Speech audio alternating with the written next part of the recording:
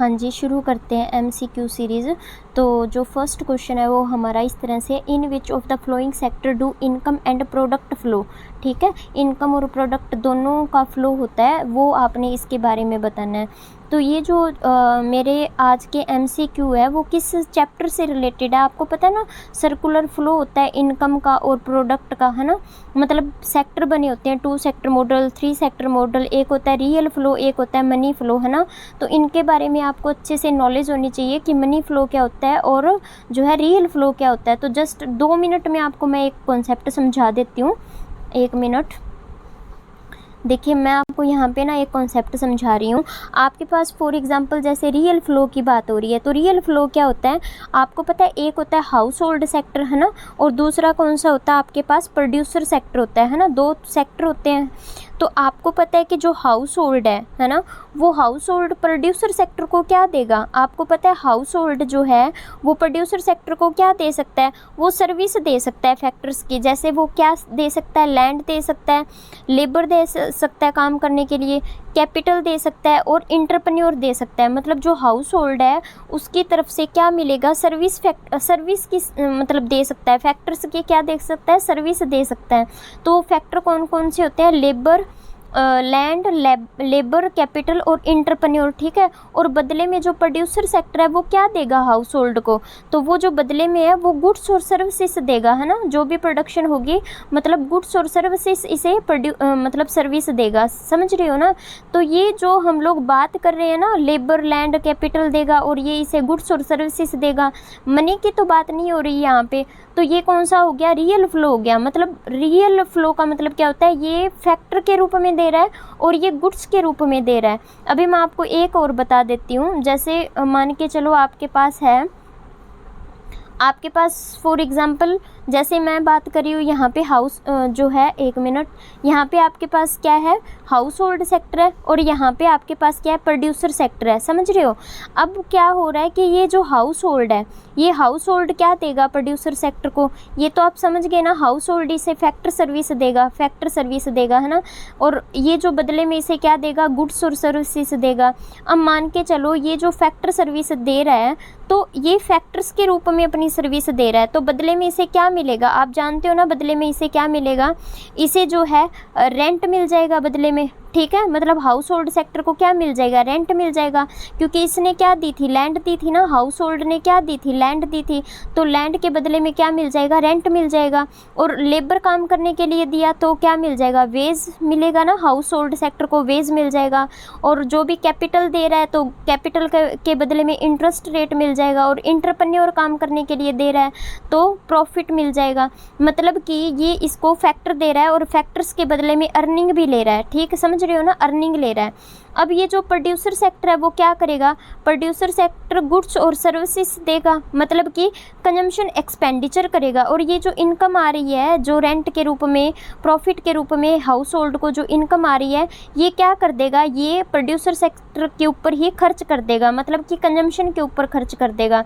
तो अब मैंने किसकी बात की, मनी की बात की थी ना। और पिछले में मैंने क्या बताया था आपको, यहाँ पे क्या बताया था, फर्स्ट जो मेरा वो स्लाइड है नहीं यहाँ पे, हाँ। तो मैंने आपको 2 बातें क्लियर कर दी। जब मैं बोलूँ ना रियल फ्लो, समझ रहे हो, जब मैं बोलूँ रियल फ्लो क्या होता है, तो रियल फ्लो में क्या आएगा, रियल फ्लो में आप सिर्फ फैक्टर्स की बात करोगे, समझ रहे हो, सिर्फ फैक्टर की बात करोगे। बट जब मैं मनी फ्लो की बात करूँ ना, तो मनी फ्लो में आप क्या लोगे, फैक्टर के बदले में इनकम की बात करोगे, मतलब रुपीज़ में बात करोगे आप। तो ये होता है कि मनी फ्लो क्या होता है, रियल फ्लो क्या होता है। तो इसके ऊपर अगर आपसे क्वेश्चन पूछे तो आप इजीली जो है इसे बता सकते हो। क्लियर। अब मैं आपको सीरीज़ पे एक और आप यहाँ पे समझ लीजिए कि आपने सुना होगा 2 सेक्टर मॉडल और 3 सेक्टर मॉडल, 4 सेक्टर मॉडल। तो वो एमसीक्यू में मैं आपको क्लियर करती हूँ कि 2 सेक्टर मॉडल क्या होता है, 3 सेक्टर, है ना, वो मैं वहाँ पे आपको बता दूँगी।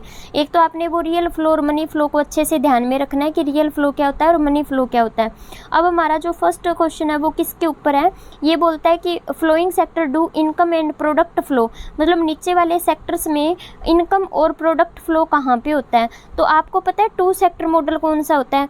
तो अगर मैं बोलूँ करूँ ना टू सेक्टर मॉडल, तो टू सेक्टर में क्या आएगा, एक तो प्रोड्यूसर सेक्टर आएगा, समझ रहे हो, और दूसरा कौन सा आएगा, हाउस होल्ड सेक्टर आएगा। ये दो सेक्टर्स की बात होती है ना, तो वो क्या होता है अपना टू सेक्टर मॉडल होता है। और थ्री सेक्टर मॉडल में क्या आ जाएगा, थ्री सेक्टर मॉडल में क्या आ जाएगा आपके पास जो है 3 सेक्टर इंक्लूड हो जाएंगे। कौन कौन से इंक्लूड होंगे फिर इसके अंदर, टू सेक्टर्स के अंदर जो है गवर्नमेंट इंक्लूड हो जाएगी, है ना, गवर्नमेंट जो टैक्स वगैरह वो लगाती है ना, क्योंकि जो गवर्नमेंट है ना कोई भी प्रोडक्शन होती है उसके ऊपर टैक्स लगाती है। तो 3 सेक्टर में क्या आ जाएगा, गवर्नमेंट इंक्लूड हो जाएगी। और जब 4 सेक्टर की बात होगी तो 4 सेक्टर में क्या होगा, फॉरेन कंट्री भी ऐड हो जाएगी, रेस्ट ऑफ द वर्ल्ड, मतलब दूसरा देश भी काउंट हो जाएगा। तो आपको पता है चाहे इनकम की बात हो, प्रोडक्ट की बात हो, तो टू सेक्टर मॉडल है उसमें भी इनकम और प्रोडक्ट का फ्लो होगा। अगर गवर्नमेंट इंक्लूड हो जाएगी तो भी इनकम और प्रोडक्ट का फ्लो होगा, और अगर फॉरेन सेक्टर इंक्लूड कर देंगे तो भी इनकम और प्रोडक्ट का फ्लो तो होगा, वो तो नहीं रुकने वाला ना। तो ये क्या होता है, ऑल ऑफ द अबव इसका आंसर आएगा। क्लियर है ना यहाँ पे। तो अगर आपने क्या करना है, आप ना ये कॉन्सेप्ट ना एक बार क्लियर कर लेना कि टू सेक्टर मॉडल में क्या वैसे तो मैंने बता दिया, बट ये प्रोसेस कैसे होगा वो आप देख लेना। अगर आपसे नहीं होता तो मुझे बता देना, मैं करवा दूंगी। अदरवाइज ये सिंपल टॉपिक है, सो मैंने इसके ऊपर सीधा आपको MCQ करवा रही हूँ ताकि आप जो है ईजिली इसे कर लोगे। क्लियर। एक चीज़ और आप याद रखना, आपके पास एक क्वेश्चन आता होता है विड्रॉवल और इंजेक्शन, समझ रहे हो ना। एक तो विड्रॉवल के ऊपर आता है और एक किस पे आता है, इंजेक्शन के ऊपर आता है। तो इंजेक्शन का मतलब क्या होता है, जैसे इन्वेस्टमेंट हो गई कंट्री में, है ना, इन्वेस्टमेंट हो गई, तो इन्वेस्टमेंट तो बेनिफिशियल होती है ना, क्योंकि इनकम इंक्रीज होगी, तो ये किस में आएगी, इंजेक्शन में आएगी, समझ रहे हो। और इंजेक्शन में क्या क्या आएगा, इंजेक्शन में आएगा गवर्नमेंट एक्सपेंडिचर। अगर सरकार खर्चा करेगी तो भी GDP इंक्रीज होगी, लोगों को काम मिलेगा, एम्प्लॉयमेंट इंक्रीज होगा, तो ये क्या होगा, इकोनॉमी के लिए इंजेक्शन होगा। इसके बाद एक्सपोर्ट की अगर मैं बात करूँ ना, एक्सपोर्ट्स तो वो भी क्या होते हैं, इंजेक्शन में आते हैं। मतलब एक्सपोर्ट से भी बेनिफिट होता है, गवर्नमेंट एक्सपेंडिचर से भी बेनिफिट होता है, इन्वेस्टमेंट से भी बेनिफिट होता है। तो ये सारे किस में इंक्लूड होंगे, ये सारे के सारे इंजेक्शन में इंक्लूड होंगे। अब बात आ गई विड्रॉवल की। मतलब विड्रॉवल क्या होता है, विड्रॉवल का मतलब होता है बाहर कुछ निकलना। मतलब एक हिसाब से क्या होता है कि विड्रॉवल जैसे लाइक नेगेटिव सेंस में बात हो रही है, समझ रहे हो। तो मान के चलो सेविंग की बात हो रही है, तो सेविंग आप तो बोलोगे सेविंग क्या होती है, एक टाइम के बाद इन्वेस्टमेंट हो जाती है, तो ये तो अच्छा है ना। बट अगर मैं सिर्फ और सिर्फ सेविंग की बात करूँ, इन्वेस्टमेंट को मैंने बोला ही नहीं, इन्वेस्टमेंट तो इंजेक्शन में आ जाएगा फिर। तो सिर्फ सेविंग हो रही है, तो सेविंग किस में आएगी, विड्रॉवल में आएगी, बिकॉज ये क्या है, नेगेटिव पार्ट है। क्यों नेगेटिव पार्ट है, बिकॉज अगर बहुत ज़्यादा सेविंग होनी शुरू हो गई तो इकोनॉमी की जो GDP ग्रोथ है वो रुक जाएगी, समझ रहे हो ना, GDP ग्रोथ रुक जाएगी, क्योंकि ज़्यादा से ज़्यादा खर्चा होना, एक्सपेंडिचर होना भी बहुत ज़्यादा ज़रूरी है। सो सेविंग का होना बहुत ज़रूरी है। इसके बाद मैं बात करूँ टैक्स की, समझ रहे हो, टैक्स की बात करूँ तो टैक्स भी क्या होगा, विड्रॉवल में आएगा। अब टैक्स विड्रॉवल में क्यों आएगा, क्योंकि प्रोड्यूसर के ऊपर टैक्स लग गया मान के चलो, तो उसको इंक्रीमेंट नहीं मिलेगा, मीन्स कि वो डीमोटिवेट हो जाएगा, है ना, डीमोटिवेट हो जाएगा, क्योंकि उसे टैक्स पे करना पड़ रहा है ज़्यादा। तो ये किस में आएगा, विड्रॉवल में आएगा। तो टैक्स की एक लिमिट होनी चाहिए, समझ रहे हो, टैक्स की भी एक क्या होनी चाहिए, लिमिट होनी चाहिए। थर्ड पॉइंट मैं आपको बता देती हूँ, मान के चलो अगर मैं बात करूँ इंपोर्ट की, ठीक है, तो इंपोर्ट से क्या हो रहा है, इंपोर्ट से हमारी जो मनी है वो दूसरे देश में जा रही है ना, फॉरेन देश में जा रही है इंपोर्ट करने से। मतलब हम लोग जो है बाहर से क्या है प्रोडक्शन मंगवा लेते हैं और बदले में जो रुपीज़ है वो बाहर भेज देते हैं, तो ये तो एक नेगेटिव सेंस हो गया ना, तो ये भी किस में आएगा, विड्रॉवल में आएगा। तो आपको पता होना चाहिए इंजेक्शन क्या होता है और विड्रॉवल क्या होता है, ठीक है। तो ये भी कॉन्सेप्ट बहुत अच्छा है। सेकेंड क्वेश्चन है हमारे पास, circular flow of income and product is viewed from which of the following viewpoint. मतलब कि इनकम और product is view from which of the following view point.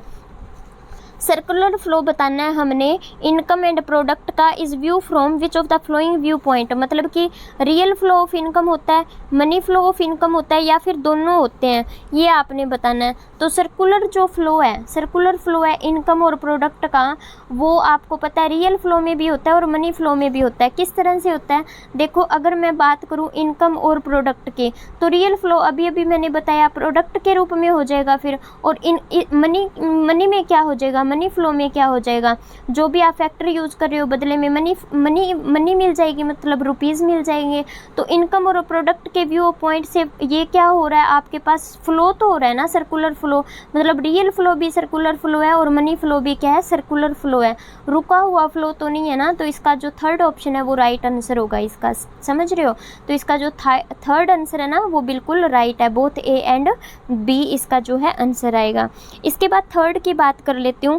Third में क्या होगा, which of the following originate from real flow, which of following does not agree with this statement, मतलब कि real flow में क्या क्या आएगा वो आपने देखना है, और इनमें से कौन सा नहीं आएगा वो आप पहचानो कौन सा नहीं आएगा। तो आपको पता है payment of ways, payment of price of goods, payment of rent, payment of pension. तो आपको पता है कि पेमेंट ऑफ पेंशन है वो फ्लो का पार्ट नहीं है। क्यों नहीं है, क्योंकि पेंशन तो एक सिर्फ दे दी, मान के चलो ओल्ड पर्सन है या कोई मतलब फिजिकली प्रॉब्लम है तो उनको गवर्नमेंट हेल्प करने के लिए पेंशन देती है, बट बदले में ये तो नहीं होता कि वो जो भी पर्सन है जिनको पेंशन मिल रही है वो बदले में कुछ देंगे, ऐसा कुछ नहीं होता ना। तो ये फ्लो में नहीं आएगा, बाकी ये सारे किस में आएंगे, फ्लो में आएंगे, रियल फ्लो में आएंगे। तो ये तीनों ऑप्शन जो है रियल फ्लो में आएगा, बट नॉट एग्री कौन सा नहीं है इसमें से, पेंशन जो पेमेंट है वो इसमें इंक्लूड नहीं होगी। तो फोर्थ ऑप्शन है जो इसका राइट आंसर होगा। क्लियर। इसके बाद फोर्थ क्वेश्चन है हमारे पास, which of the following sector is not included in the 3 sector model of the circular flow of income. In which of the following मतलब कि इनमें से आपने बताना है not included in 3 sector model. 3 sector model में कौन नहीं आएगा वो आपने बताना है, जो सर्कुलर फ्लो है। तो आपको पता चल गया ना, 2 सेक्टर मॉडल, 3 सेक्टर मॉडल और 4 सेक्टर मॉडल, ये अच्छे से कर लेना आप लोग, ठीक है। 2 सेक्टर में कौन कौन आएगा, 3 में कौन कौन आएगा और 4 में कौन कौन आएगा। अब आपने ये बताना है कि 3 सेक्टर मॉडल में कौन इंक्लूड नहीं होगा, वो आपने टिक करना है, बस इतना काम करना है। तो आपको अच्छे से पता चल गया होगा। फॉरेन सेक्टर नहीं आएगा, क्योंकि फॉरेन सेक्टर किस में आता है, 4th सेक्टर में क्या आता है, फॉरेन सेक्टर आता है, समझ रहे हो। तो 3 सेक्टर में फॉरेन सेक्टर नहीं आता, तो थर्ड ऑप्शन इसका राइट होगा। क्लियर। इसके बाद 5th है, financial sector is the sector which. Financial sector कौन सा सेक्टर है ये बताना है। Lend accept deposit both A and B, none of the these. ये आपने जो करेक्ट इसका आंसर क्या होगा, एक तो ये क्या करता है, इसका थर्ड ऑप्शन राइट होगा। अब थर्ड क्यों होगा, क्योंकि ये उधार भी देता है और प्लस अपने पास डिपॉजिट भी रखता है। तो फाइनेंशियल सेक्टर का क्या क्या काम होता है, दूसरों को लोन भी देता है प्लस अपने पास डिपॉजिट भी रखता है। तो इसका थर्ड ऑप्शन जो है बिल्कुल राइट होगा। इसके बाद 6th क्वेश्चन है, 4 sector model include which of the following. मतलब 4 sector model include, 4th sector में क्या इंक्लूड होगा। तो मेरी वीडियो को पॉज करके जस्ट आपको आधा मिनट लगेगा, अच्छे से रीड आउट करके सही आंसर पहचान लीजिए और आंसर दीजिए। मैं इसका जो राइट आंसर है वो आपको बता देती हूँ। इसका जो राइट आंसर है वो बताने से पहले आप अपना देख लेना, ठीक है। वीडियो पॉज करके आप अपना चेक कर लेना क्या होगा। मैं आपको बता देती हूँ, इसमें 4th आंसर आएगा। अब क्यों आएगा 4th आंसर, देखो हाउस होल्ड सेक्टर, फर्म और गवर्नमेंट, ये तो पता है 4 सेक्टर में आना ही आना है, plus foreign rest of the world आएगा। और फर्स्ट ऑप्शन में क्या है, फॉरेन सेक्टर नहीं दिया हुआ, प्राइवेट सेक्टर की बात हो रही है, तो ये अपन नहीं लेते हैं ना। इसमें क्या हो रहा है, फर्म इंडस्ट्री पब्लिक सेक्टर आ गया, मतलब फिर फॉरेन सेक्टर नहीं आया। और इसमें क्या आ गया, रेस्ट ऑफ द वर्ल्ड भी आ गया, और प्राइवेट सेक्टर की तो बात नहीं करते ना हम लोग। तो ये तो अलग अलग ऑप्शन गिवन है, बट ये बिल्कुल राइट दिया हुआ है। तो 4th ऑप्शन इसका राइट होगा, क्योंकि इसने क्या पूछा है, 4 सेक्टर मॉडल बताना है और कुछ नहीं करना आपने। तो 4 सेक्टर में क्या क्या आएगा, हाउस होल्ड भी आएगा, फर्म भी आएगी, गवर्नमेंट आएगी, 3 सेक्टर हो गए complete. Rest of the world अगर ऐड करते हैं तो वो क्या बन जाएगा, 4th सेक्टर बन जाएगा, ठीक है। तो इस तरह से आप जो है अच्छे से इसे कर लेना कि 3 सेक्टर, 4 सेक्टर और 2 सेक्टर क्या होता है। क्लियर।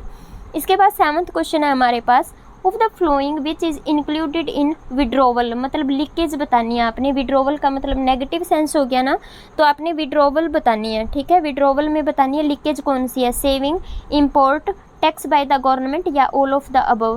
तो इसका राइट आंसर क्या होगा, ऑल ऑफ द अबव।